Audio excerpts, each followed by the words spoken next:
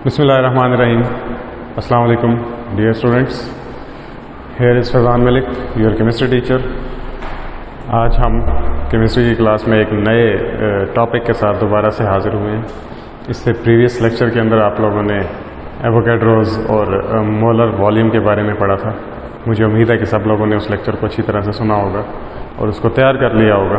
ठीक है, तो अब हम अपने जो चैप्टर है, चैप्टर नंबर 1, इसके इख्तिताम की तरफ आहिस्ता आहिस्ता जा रहे हैं। इसमें टोटल 3 टॉपिक्स मज़ीद रह गए हैं जो आपने पढ़ने हैं। उन 3 टॉपिक्स में से जो थर्ड लास्ट टॉपिक है वो है स्टोइशियोमेट्री। स्टोइशियोमेट्री के बारे में आप लोगों ने पढ़ना है। स्टोइशियोमेट्री आप लोगों के लिए एक नई चीज़ होगी, लेकिन ये बहुत ही आसान है। अगर आप लोगों ने इस चैप्टर को पीछे से, यानी पिछले जितने भी लेक्चर्स हैं वो सारे लेक्चर्स अच्छे तरीके से लिए हैं, उनको अच्छे तरीके से समझा है, तो आप इसको बहुत अच्छे तरीके से समझ सकेंगे। बहुत इजी टॉपिक है ये। तो चलते हैं अपने टॉपिक की तरफ। स्टोइशियोमेट्री क्या होती है, इसकी सबसे पहले डेफिनेशन देखेंगे। Branch of chemistry which deals with the study of relationship between reactant, the quantities of reactants and products in a balanced chemical equation. ठीक है, तो स्टोइशियोमेट्री के अंदर हमने क्या चीज़ देखनी है कि सबसे पहले आपके पास एक बैलेंस्ड केमिकल इक्वेशन है। बैलेंस्ड केमिकल इक्वेशन वे होती है जिसके अंदर रिएक्टेंट्स और प्रोडक्ट्स की क्वांटिटीज़ बराबर होती हैं, यानी जितने आपने रिएक्टेंट्स लिए होते हैं उतने ही आपके पास क्वांटिटी में प्रोडक्ट्स बन रहे होते हैं। तो बैलेंस्ड केमिकल इक्वेशन के अंदर 2 चीज़ें हैं, एक रिएक्टेंट है, दूसरा क्या है, प्रोडक्ट है। अब स्टोइशियोमेट्री क्या बताएगी आपको, बैलेंस केमिकल इक्वेशन के अंदर रिएक्टेंट्स और प्रोडक्ट्स की क्वांटिटीज़ के दरमियान जो रिलेशनशिप है उसके बारे में आपको ये एक्सप्लेन करेगी। अगेन देखते हैं, ब्रांच ऑफ केमिस्ट्री यानी केमिस्ट्री की वो शाख which deals with the study of relationship, ठीक है, जो डील करती है किसके साथ, रिलेशनशिप की स्टडी बिटवीन, किस चीज़ की study, quantities of reactants and products, reactants और प्रोडक्ट्स की overall quantities in a balanced chemical equation. अभी हम इसको देखते हैं एक एग्जांपल के साथ। एग्जांपल हमारे पास क्या है, फर्ज कर लें आपके पास H2 hydrogen plus O2 oxygen बना रहा है, H2O क्या बना रहे हैं, वाटर, यानी हाइड्रोजन का एक मॉलिक्यूल ऑक्सीजन का एक मॉलिक्यूल के साथ रिएक्शन करके क्या बना रहा है, H2O। लेकिन ये इक्वेशन जो है बैलेंस्ड नहीं है। कैसे बैलेंस्ड नहीं है, यहाँ पर हमारे पास हाइड्रोजन के टोटल 2 एटम्स हैं, ठीक है, यहाँ पर भी हाइड्रोजन के कितने एटम्स हैं, 2, लेकिन यहाँ पर ऑक्सीजन हमारे पास कितनी क्वांटिटी में है, 2, यानी ऑक्सीजन के 2 एटम्स हैं। एक मॉलिक्यूल 2 एटम्स के साथ मिलकर बनता है, तो यहाँ पर ऑक्सीजन के हमारे पास 2 एटम्स, यहाँ पर ऑक्सीजन के हमारे पास कितने एटम्स हैं, 1, यानी एक अकेला ऑक्सीजन है, तो दूसरी ऑक्सीजन कहाँ गई। तो अगर हम इस मसले को हल करना चाहते हैं तो हम इक्वेशन को बैलेंस करेंगे। बैलेंस करने के लिए हम क्या करेंगे, हम यहाँ पर 2 लगा देंगे, यानी अब हमारे पास 2 मॉलिक्यूल्स हो गए हाइड्रोजन के। 2 मॉलिक्यूल्स हाइड्रोजन का क्या मतलब कि आपके पास टोटल 4 एटम्स हो जाते हैं हाइड्रोजन के। ठीक है, यहाँ पर भी अगर आप 2 लगा देंगे तो अब ये इक्वेशन बैलेंस हो गई। कैसे, 2 2s are 4, 4 एटम्स हाइड्रोजन के या 2 मॉलिक्यूल्स हाइड्रोजन के, यहाँ पर भी 2 2s are 4, 4 एटम्स हाइड्रोजन के या 2 मॉलिक्यूल्स हाइड्रोजन के। ऑक्सीजन यहाँ पर भी 2 एटम्स हैं, 2 1s are 2, ठीक है, तो ऑक्सीजन यहाँ भी क्या हो गई, 2 हो गई। ठीक है, तो ये एक बैलेंस केमिकल इक्वेशन है। इसके अंदर हमने रिलेशनशिप क्या देखा, हमने रिलेशनशिप ये देखा कि रिएक्टेंट्स की क्वांटिटीज कितनी है, प्रोडक्ट्स की क्वांटिटीज कितनी है, कितनी अमाउंट में आपके पास रिएक्टेंट थे, क्या उतनी अमाउंट में प्रोडक्ट आपके पास बन रहे हैं या नहीं बन रहे। ठीक है, तो ये आपके पास थी स्टोइशियोमेट्री। आगे हम इसकी कुछ एजम्पशंस के बारे में बात करें। एजम्पशंस क्या होती हैं, वो बेसिक बुनियादी बातें जिनके बगैर ये फार्मूला, ये जो डेफिनेशन है, ये वर्क नहीं करती है।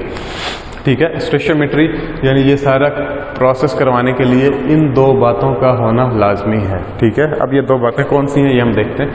सबसे पहली बात, reactants are completely converted into products. ठीक है, यानी कि आपके जो रिएक्टेंट्स हैं उनको प्रोडक्ट्स के अंदर मुकम्मल तौर पर कन्वर्ट हो जाना चाहिए। ऐसा नहीं है कि रिएक्टेंट्स की कुछ अमाउंट रह गई है, प्रोडक्ट्स की कुछ अमाउंट नहीं बनी है। ठीक है, जैसे हमने यहाँ पर देखा था कि 4 एटम्स हमारे पास हाइड्रोजन के हैं, तो 4 के 4 ही एटम्स पानी के अंदर इस्तेमाल हो रहे हैं। 2 एटम्स ऑक्सीजन के हैं, तो 2 के 2 ही एटम्स पानी बनाने के लिए इस्तेमाल हो गए। यहाँ पर कोई ऐसा रिएक्टेंट ऐसा नहीं है जो बाकी रह गया हो जिसने रिएक्शन ना किया हो।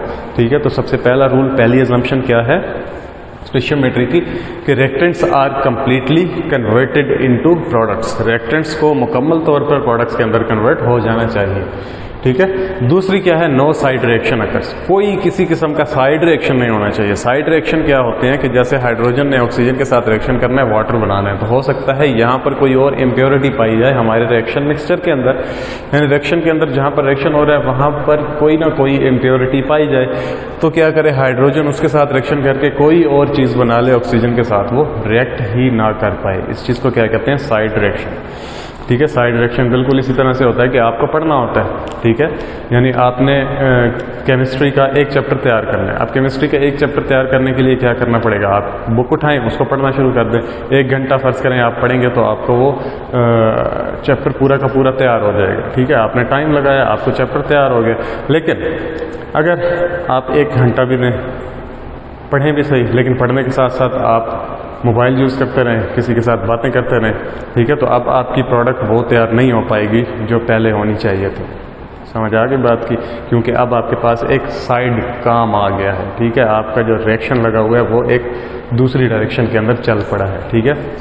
तो इसी तरह से केमिकल रिएक्शंस के अंदर भी होता है कि किसी किस्म का कोई साइड रिएक्शन नहीं होना चाहिए। ठीक है। This is a very important short question, अक्सर शॉर्ट क्वेश्चन के अंदर आ जाता है, right basic assumptions of stoichiometry. ठीक है। तो ये अगर आपको याद होगा, अजम्पशंस ये 2 हैं तो आप आसानी से लिख लेंगे। अजम्पशंस कोई मुश्किल नहीं है। ठीक है। पहली क्या है, all the reactants are completely converted into products, सारे के सारे रिएक्टेंट्स को प्रोडक्ट्स के अंदर कन्वर्ट हो जाना चाहिए। और दूसरी कौन सी है कि नो साइड रिएक्शन अकर्स, किसी किस्म का कोई साइड रिएक्शन नहीं होना चाहिए। ठीक है। इसके बाद आगे चलते हैं, laws to be obeyed in stoichiometry. Stoichiometry के अंदर कौन कौन से लॉज जो हैं वो जो वर्क करते हैं, ये लॉज अगर आपको याद हो तो मैं आपको पहले पढ़ा चुका हूँ। 2 किस्म के लॉज हैं। पहला law of conservation of mass and second one is law of definite proportion. दोनों लॉज को मैं अच्छे तरीके से एक्सप्लेन कर चुका हूँ हिस्ट्री ऑफ एटम वाले टॉपिक के अंदर। ठीक है।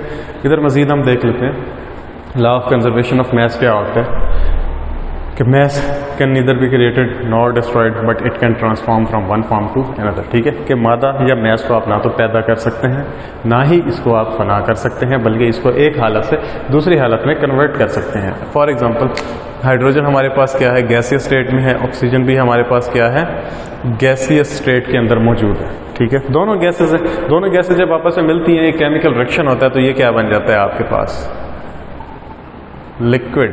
क्या बन जाता है, लिक्विड। ठीक है। तो अभी आपने हाइड्रोजन को अपनी तरफ से पैदा नहीं किया, ऑक्सीजन को आपने अपनी तरफ से पैदा नहीं किया। कुदरती तौर पर आपके पास हाइड्रोजन मौजूद थी, कुदरती तौर पर आपके पास ऑक्सीजन मौजूद थी, आपने इनका रिएक्शन करवा दिया। पहले से मौजूद थी, इनका पहले से कोई मैस था, कुछ मखसूस मैस था। मैस कितना था, एक हाइड्रोजन का मैस 1 होता है, 4 हाइड्रोजन का मैस कितना हो जाएगा 4, एक ऑक्सीजन का मैस 16 होता है, तो 4 का कितना हो जाएगा 32, टोटल कितना हो गया। अब यहाँ पर 4, ठीक है, 4 हाइड्रोजन्स का 4 जमा 2 ऑक्सीजन्स का 32, तो वाटर का टोटल कितना हो गया 36। ठीक है। तो वाटर जो बना आपके पास उसका टोटल ओवरऑल मैस क्या है 36। अगर इनको आप ऐड कर लें, अकेला अकेला हाइड्रोजन के मैस को, ऑक्सीजन के मैस को, तो वो भी क्या बन रहा है आपके पास 36। तो मैस आपने अपनी तरफ से कोई पैदा नहीं किया, ऑलरेडी आपके पास मैस मौजूद था, आपने रिएक्शन करवाया, उसकी एक हालत को कन्वर्ट कर दिया आपने दूसरी हालत में। मैस यहाँ पर कंजर्व रहा, कांस्टेंट रहा।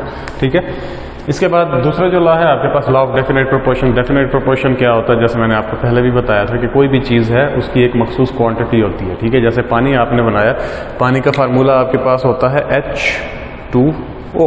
आप कहीं से भी पानी ले लें, दुनिया के किसी भी हिस्से से भी पानी ले लें, उसका फार्मूला H2O ही रहेगा। वहाँ पर हाइड्रोजन और ऑक्सीजन की जो रेशो है वो क्या रहेगी 2:1 ही रहेगी। ठीक है। आप दुनिया के किसी भी कोने से पानी लें, चाहे झील से लें, चाहे समुद्र से ले लें, चाहे दरिया से ले लें, बारिश का पानी ले लें, ठीक है, ज़मीन से निकाल लें, पानी जो है उसका फार्मूला क्या रहेगा H2O, और उसके अंदर उसके एक मालिक्यूल का फार्मूला H2O ही होगा, और उसके अंदर रेशो जो होगी 2:1 ही रहेगी। इसको कहते हैं लॉ ऑफ डेफिनाइट प्रोपोर्शन। यानी कोई भी एक प्योर केमिकल सब्सटेंस है, कोई भी एक प्योर सब्सटेंस है, उसके अंदर एलिमेंट्स की जो रेशो है वो कांस्टेंट रहती है, चेंज नहीं होती है। ठीक है। जैसे एक और फार्मूला हाइड्रोजन पर ऑक्साइड ले लें H2O2, इसके अंदर रेशो क्या है 2:1। इसको हाइड्रोजन पर ऑक्साइड कहते हैं, 2:1 2 होगी, ठीक है। तो आप हाइड्रोजन परऑक्साइड बनेंगे किसी भी किस्से से ले, किसी भी कोने से ले लें, आपके पास इसकी जो रेशियो है वो 2:2 ही रहेगी, चेंज नहीं हो पाएगी। ये क्या होता है आपका लॉ ऑफ डेफिनाइट प्रोपोर्शन। इसके बाद स्टोइचियोमेट्रिक रिलेशनशिप्स, कुछ रिलेशनशिप्स हैं हमारे पास कि एक सब्सटेंस का दूसरे सब्सटेंस के साथ हम स्टोइचियोमेट्री के हवाले से किस किस्म का रिलेशनशिप कायम कर सकते हैं, ठीक है। यानी एक सब्सटेंस से दूसरे सब्सटेंस का मतलब हमारे पास रिएक्टेंट्स और प्रोडक्ट्स होते हैं, ठीक है। तो अब देखें सबसे पहला रिलेशनशिप क्या है, मैस रिलेशनशिप। बहुत ईजी से रिलेशनशिप है, जस्ट नाम आपको याद रखने हैं, आगे इनकी स्टेटमेंट आप अपनी तरफ से बनाते जाएंगे। तो मैस रिलेशनशिप के अंदर क्या होता है कि अगर आपके पास एक सब्सटेंस का मैस है तो उसकी मदद से आप दूसरे सब्सटेंस का मैस मालूम कर सकते हैं। This is called mass relationship, ठीक है। ये किस तरह से होगा, with the help of mass of one substance, एक सब्सटेंस के मैस की मदद से mass of other substance can be calculated, दूसरे सब्सटेंस का मैस आप बड़ी आसानी से मालूम कर सकते हैं। क्लियर होगी बात, जैसे मैंने यहाँ पर लिखा ना 4 इसका मैस है, 36 इसका मैस है, ठीक है। टोटल हमारे पास क्या बना 36, ठीक है। तो अगर आप इसका मैस आपके पास मालूम नहीं है लेकिन इसका मैस है आपके पास, हाइड्रोजन का मैस 4 है, ऑक्सीजन का मैस आपको नहीं पता, आपको पता है 4 हाइड्रोजन ऑक्सीजन के साथ मिलके, यानी फर्ज कर लें 4 ग्राम हाइड्रोजन ऑक्सीजन के साथ रिएक्ट करके 36 ग्राम क्या बना रही हैं, वाटर बना रही है। तो क्या आप ऑक्सीजन का मैस नहीं मालूम कर सकते, कैसे? 36 - 4 कर दें, आपके पास आंसर आ जाएगा।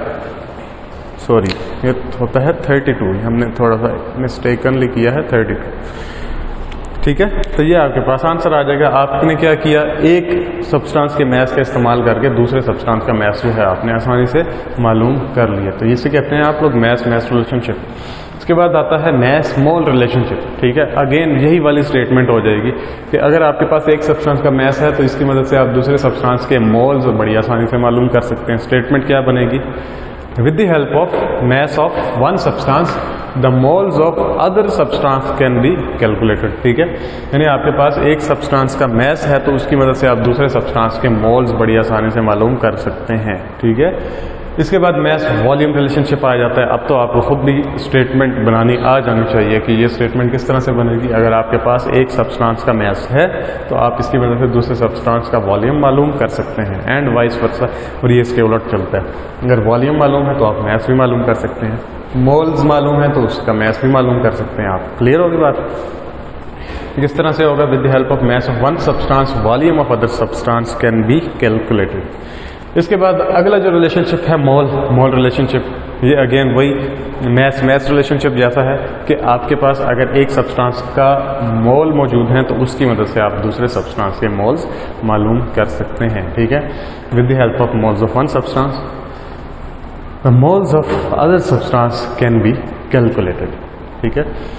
तो ये जो रिलेशनशिप्स हैं इनको मज़ीद हम एक्सप्लेन करेंगे इसी टॉपिक से, आगे कंटिन्यू करेंगे इसी टॉपिक को।